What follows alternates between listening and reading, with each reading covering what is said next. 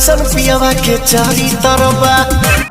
तो जय हिंद दोस्तों, आप लोग जिस गाना को बेसब्री से इंतजार कर रहे थे वो गाना आ चुका है वेब म्यूजिक पे दोस्तों। और इतना तगड़ा गाना है दोस्तों, इतना तगड़ा गाना कि मैं बता नहीं सकता हूँ दोस्तों। बहुत दिनों के बाद गाना आया दोस्तों। और गाना सुनिएगा दोस्तों तो कहिएगा हाँ क्या गाना है। और रिकॉर्ड में पीछे नहीं हटते भैया, पावर स्टार पवन सिंह जी का गाना है भैया। कैसन पीवा के चरित्र बा 2.0, लगभग 8 साल बाद आया है ये गाना दोस्तों। और आते हैं दोस्तों, एक नया पहचान दिया है, समझ सकते हैं।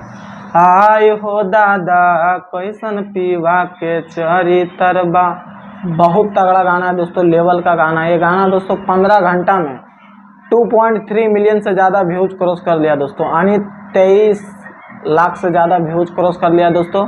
और ये गाना म्यूजिक सेक्शन में 4 नंबर में ट्रेंड कर रहा है दोस्तों। और मेन सेक्शन में कितना नंबर में? 1 नंबर में जगह बना लिया दोस्तों, समझ सकते हैं।